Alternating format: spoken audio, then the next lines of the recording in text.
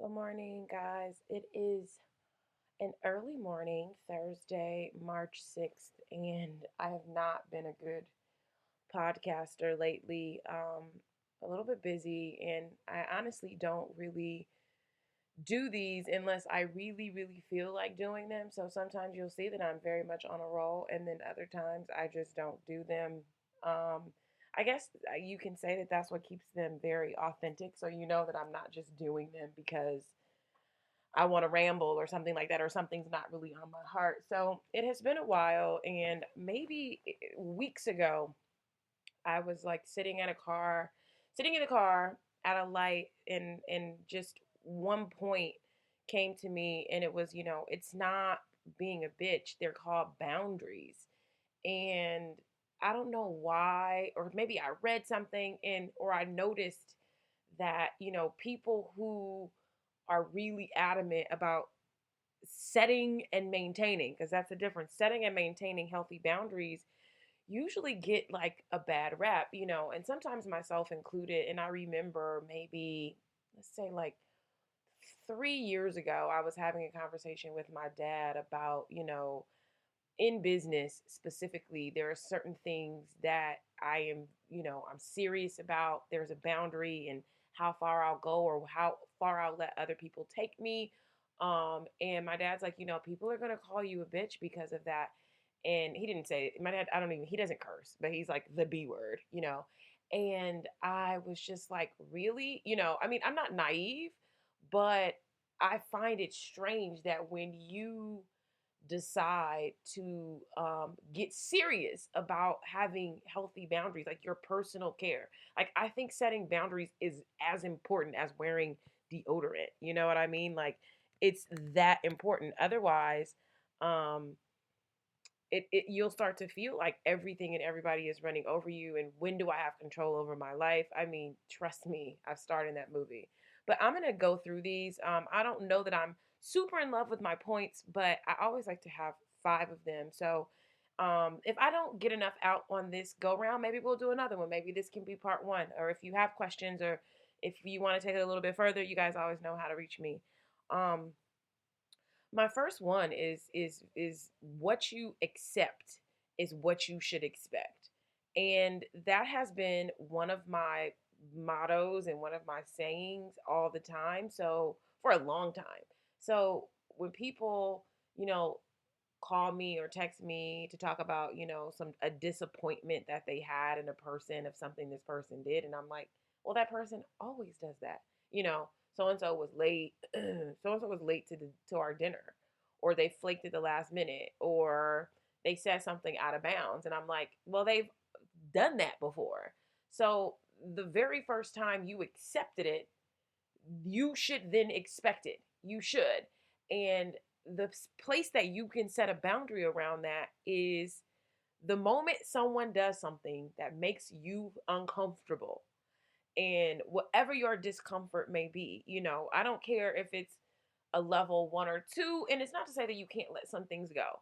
But when you've had moments when someone has done or said something, and it may even be saying something that makes you uncomfortable, it is so important to your personal health that you say something about it. Number one, it is important that you say something because you don't want to internalize it and take it with you. And then, 3 or 4 times down the road, you blow up when you should have just calmly said something the first time. You notice it's very easy to say something the first time versus the 10th time that it's happened. And I think that people are more afraid of the initial conflict, that small little conflict of just saying, hey, I really don't like it when people da da da da da, versus now it's way out of control. You feel ultra disrespected when you could have said something really early in the beginning. And so it's important, in that moment when something happens that you feel uncomfortable, to just address it. And I said this, social media has a way of, like, people will just run all over personal boundaries on social media. A, because they probably do it in real life, and B, because people don't, it's easy to not be thoughtful. It's easy to not be thoughtful on social media. We get so selfish. on social media, self included, selfies. We get so selfish, and it's all about show me more, give me this, where'd you get it, da da da da. That we don't. I think and I want to be more considerate of this also, but just adding more to people's lives versus constantly, kind of plowing through their boundaries or what they're sharing, what they've chosen to share. Number two, don't take it personal when someone kind of runs past your boundaries.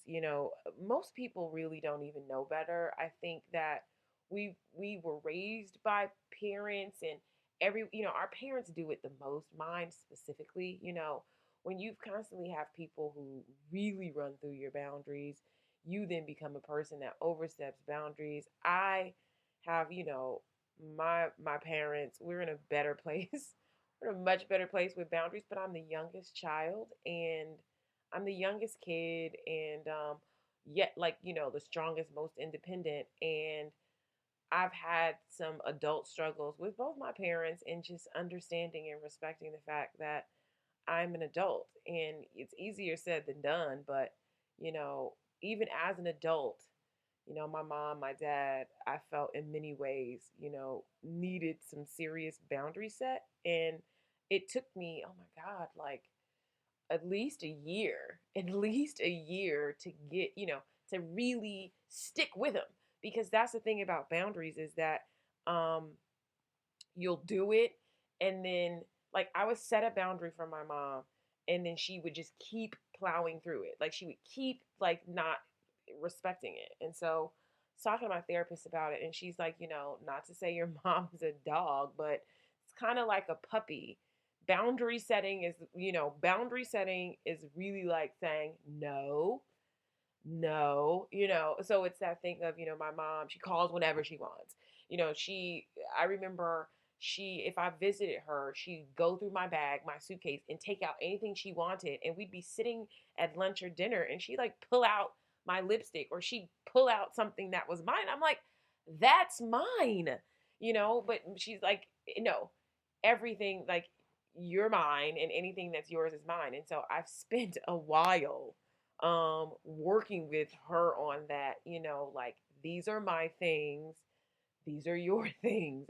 Yes, I am your, child, but I'm your daughter. But it would be nice, if you asked me first before you took my lipstick out of my makeup bag in my purse and took it to dinner and applied it in front of me. But hey, that's my mom. That's what they do. They don't care. So don't take that personal. They're just doing what they do. The third thing I had is usually the who, and this I think is the hardest part about boundary setting. The who in boundary setting is typically people who are closest to you, which makes it so much harder. It's probably easier for me to set boundaries with strangers. Like, someone does something to me that I don't like. I don't have that hard of a time saying, hey, let me explain to you the kind of person I am. When you do this, it makes me feel this way. Therefore, I would prefer if we don't do that. And it's like, oh, okay, well, I didn't know that. I didn't know that you didn't like this or that. And I've had to have people set boundaries with me. I don't take it personal. I was raised, my mom expresses love by, like, being jokey. Like, my mom cracks jokes and makes fun of people, like me specifically. Like, that's her way. I accept that. And I like it. So what have I learned? When I really like people, I tend to, like, make fun of them or joke with them. And people who don't understand that that's a way that I express love, I know it sounds crazy, but it's how I was raised. And so, my mom and I, we like crack jokes with each other all day long, like, make fun of each other's hair, each other's everything. But it's a fun way to kind of, not take ourselves so seriously. And then it's just funny. I'm just laughing because my mom is so funny. And then I'm laughing because I've said things to her and about her, just thinking about her laughing. It's very fun. And so it's usually the closest people to you. And so the unfortunate thing about that is the guilt that becomes associated with that, because you're like, okay, this is the person that raised me. This person helped me, boyfriends, ex-boyfriends, best friends. This is the person that really helped me. You feel guilty after you've, eaten dinner at someone's house for 2 weeks straight, asking them not to just go through your refrigerator without asking. Isn't that crazy? But if that's your boundary, and you can't feel bad about that. You can't feel bad about the things that make you comfortable and uncomfortable. You didn't. I don't think you necessarily choose that. Really, it's just it's kind of your map. It's your internal sort of thermometer on things that you like and don't like. And so, I think that you can't really hang on to the guilt. And a lot of times, codependency. We get dependent on things and people, and you get so dependent that you feel bad when you may move out of the codependency sooner than they do. And it's painful in the beginning. This whole boundary setting thing, it's not an easy thing to do. But that takes me to number 4, which is that you are not responsible for people's response once you set the boundary.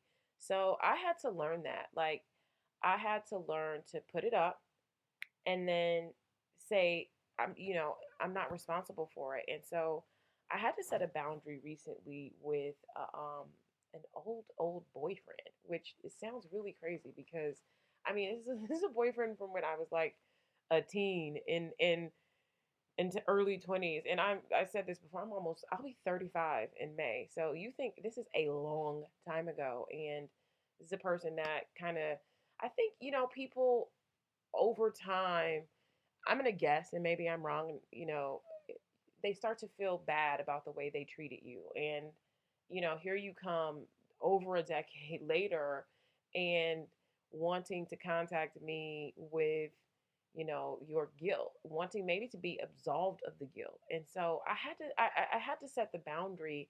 And I think this is what, um, and this is part of what had me come up with this is that, and I said it like this, I understand that, over a decade later, you now feel terrible about the way that you treated me.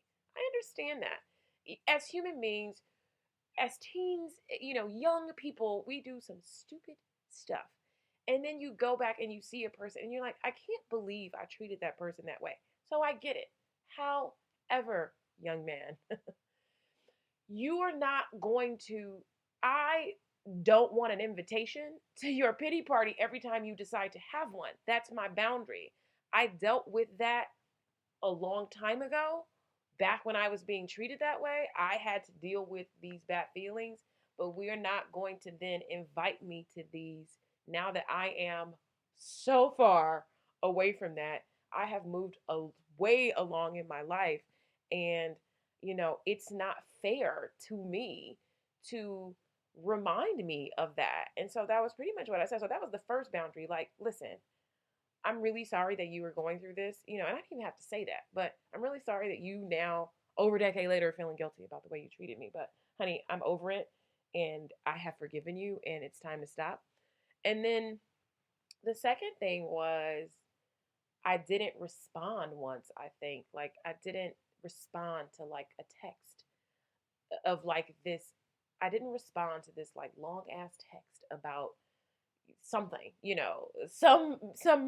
some old something that happened. Da, da, da. I looked at it, and honestly, I could tell you right now that there are at least, maybe 30 texts in my phone that I haven't even responded to purely because either I looked at them and I said I wouldn't in the midst of being busy and I didn't have time, or sometimes, I think it's kind of like, I think I read this somewhere. You want to just look at a text message and just hit like I got it, and I like it, but I really don't have anything to say. And so I didn't respond, okay?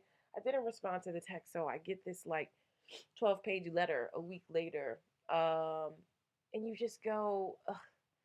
I just finally go, this is my boundary. My boundary is that I'm not responding.